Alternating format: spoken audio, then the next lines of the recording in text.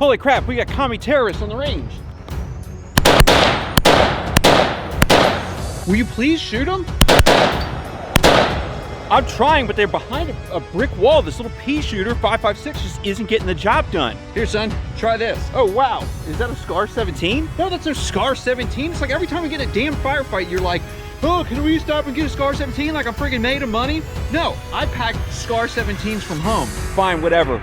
We never get to get SCAR 17s.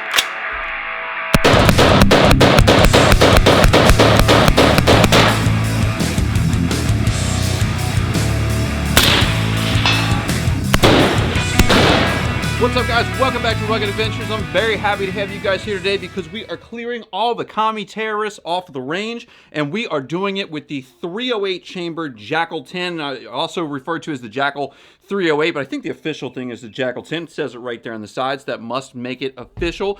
And since this gun came out, I think every single gun enthusiast out there was like, I absolutely have to have that. As a matter of fact, when the Jakl-15 came out, everyone was like, when is the Jakl-10, the SCAR clone, going to come out? And so today what we're going to talk about is the pros and cons of this gun versus other 308 semi-autos.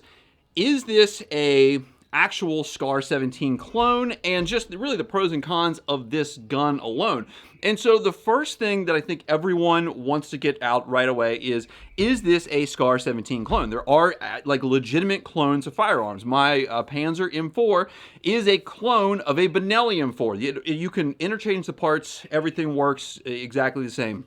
Such is not the case with the Jakl-10. This is really in no way a clone of a SCAR 17. The operation of it is completely different. The only thing that it really has that the SCAR 17 has is about the same look, and it's chambered in the same cartridge.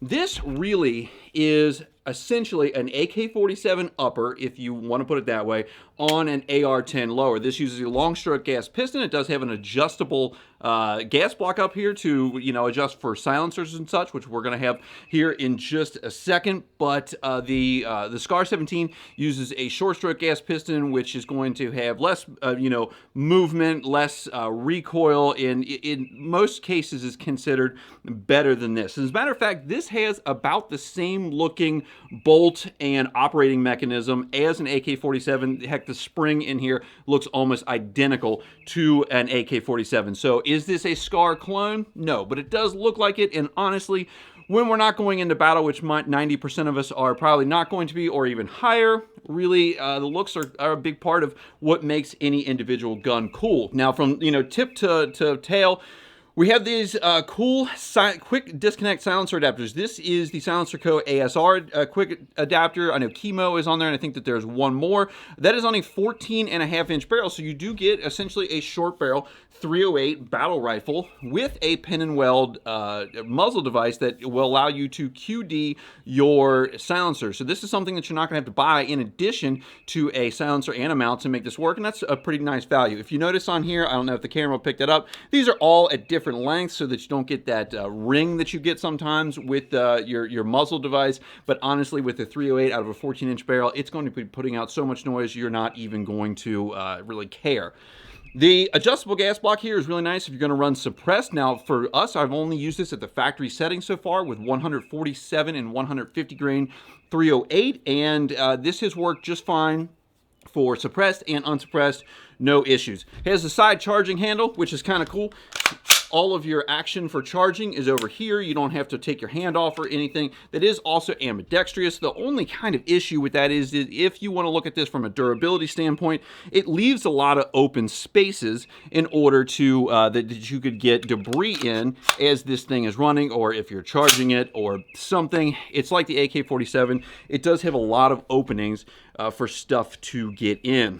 Now, it is a monolithic rail, monolithic body. Everything on it is one piece, and so that makes perhaps disassembling it a little bit harder, but you can put your stuff anywhere here on the rail. It is one rail front to back, which we have equipped with an EOTech 512 and a G33, which I absolutely love. And really the way that we have this one setup right now. The gun is about just under 1,700. The silencer is about 1,000.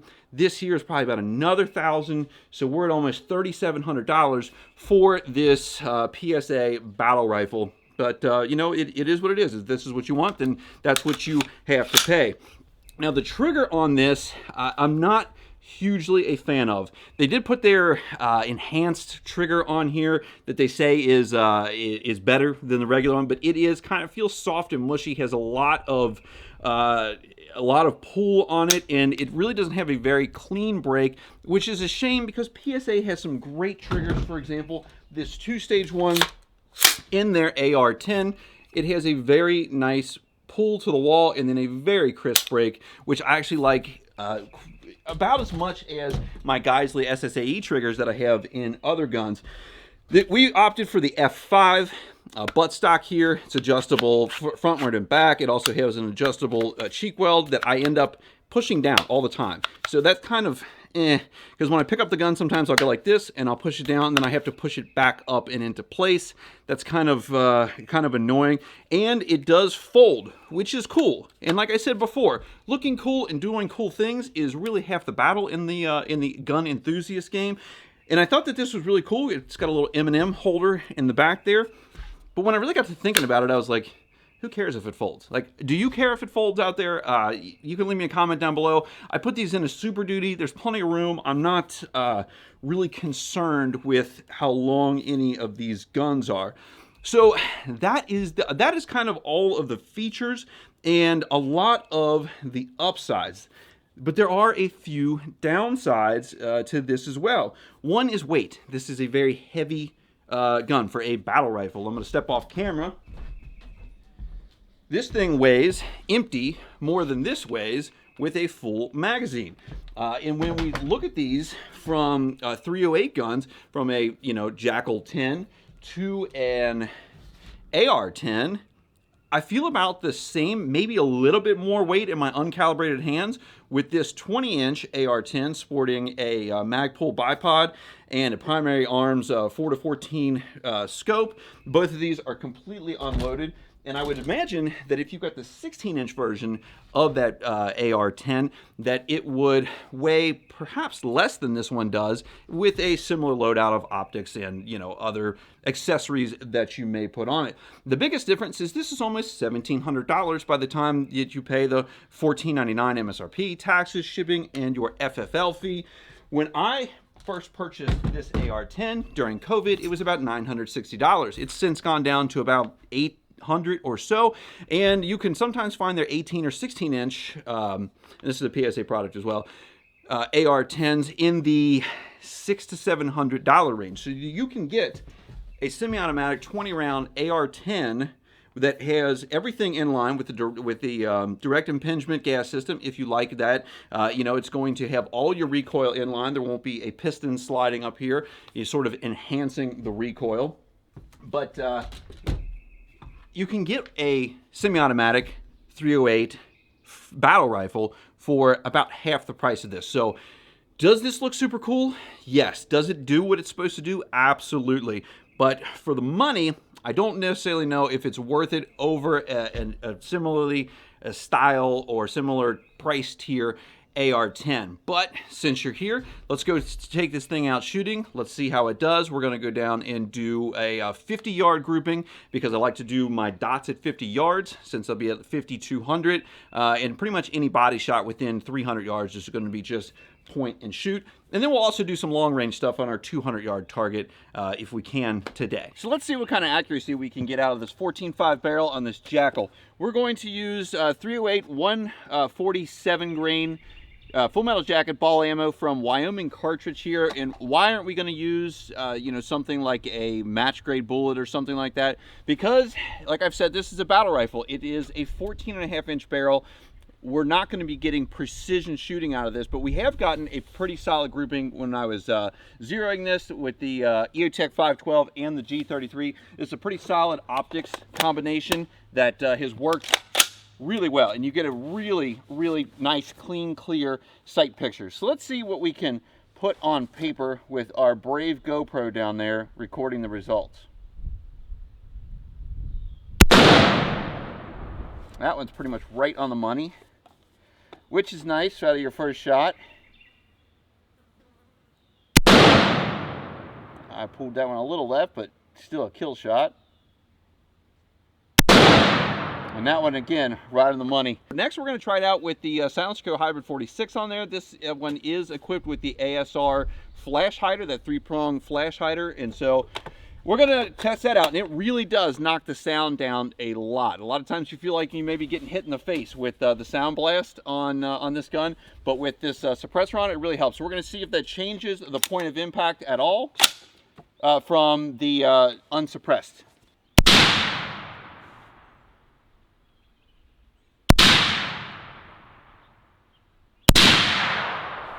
And it doesn't look like anything really changed, but we'll go down range and take a look. So these are our unsuppressed shots. And again, well, there's 1, 2, I think that one is there. And these are our suppressed shots, one there and one there. Really didn't change the point of aim much. Granted, we are only, you know, about 50 yards away. But the suppressor didn't change the point of aim much, so run that thing because this 308 with that shorter barrel will really thump your ears. So we're up here on our rooftop where no Secret Service agent would ever dare to go. And we have a target downrange that's about 200 yards away. It's about a 2x2 target, so really if you think about it, that's approximately the size of a torso, maybe a little bit wider, but the 2 foot tall is definitely it. So we're gonna see how well this does out of this 14.5-inch barrel, 308, 200 yards. It's not terribly far. And we're gonna see if you can hear it hitting the target because you won't be able to see it. Obviously, I think we're gonna have better luck hearing once we put the suppressor on, but let's just see, let's give it a whirl.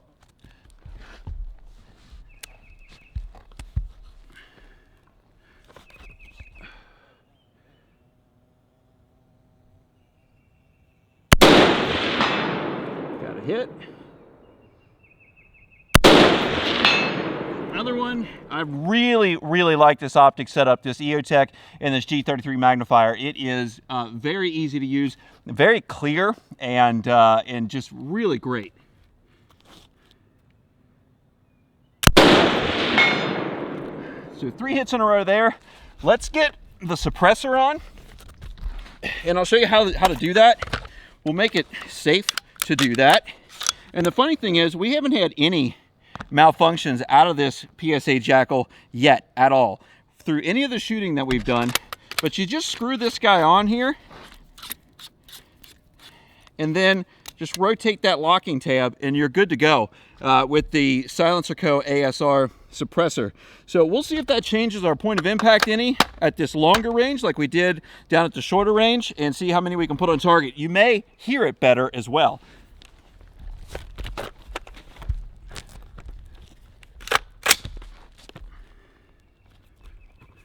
You fluff up my bag.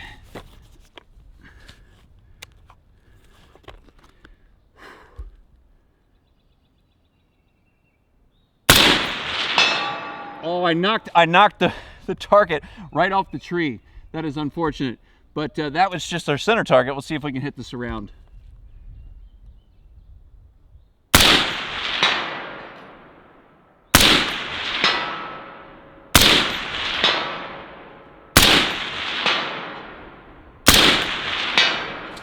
So, shot after shot on target and nicely suppressed.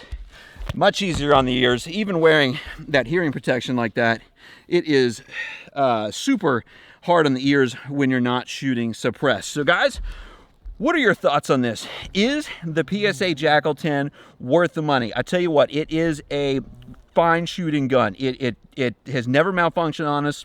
The recoil's reasonable. We haven't even adjusted the gas settings yet from the factory, and it cycles well on both suppressed and unsuppressed. You can shoot, 50 yards, 200 yards. With the way that we were putting them on target at 200, I think that you could, easily go out to, 300, 400. I think one of the big YouTubers, maybe Grand Thumb, was going out to like 700 or so. With this gun, it seems to work very well. But as I said, it is not a SCAR 17. It's more of like a AK-47 AR-10 kind of conglomeration.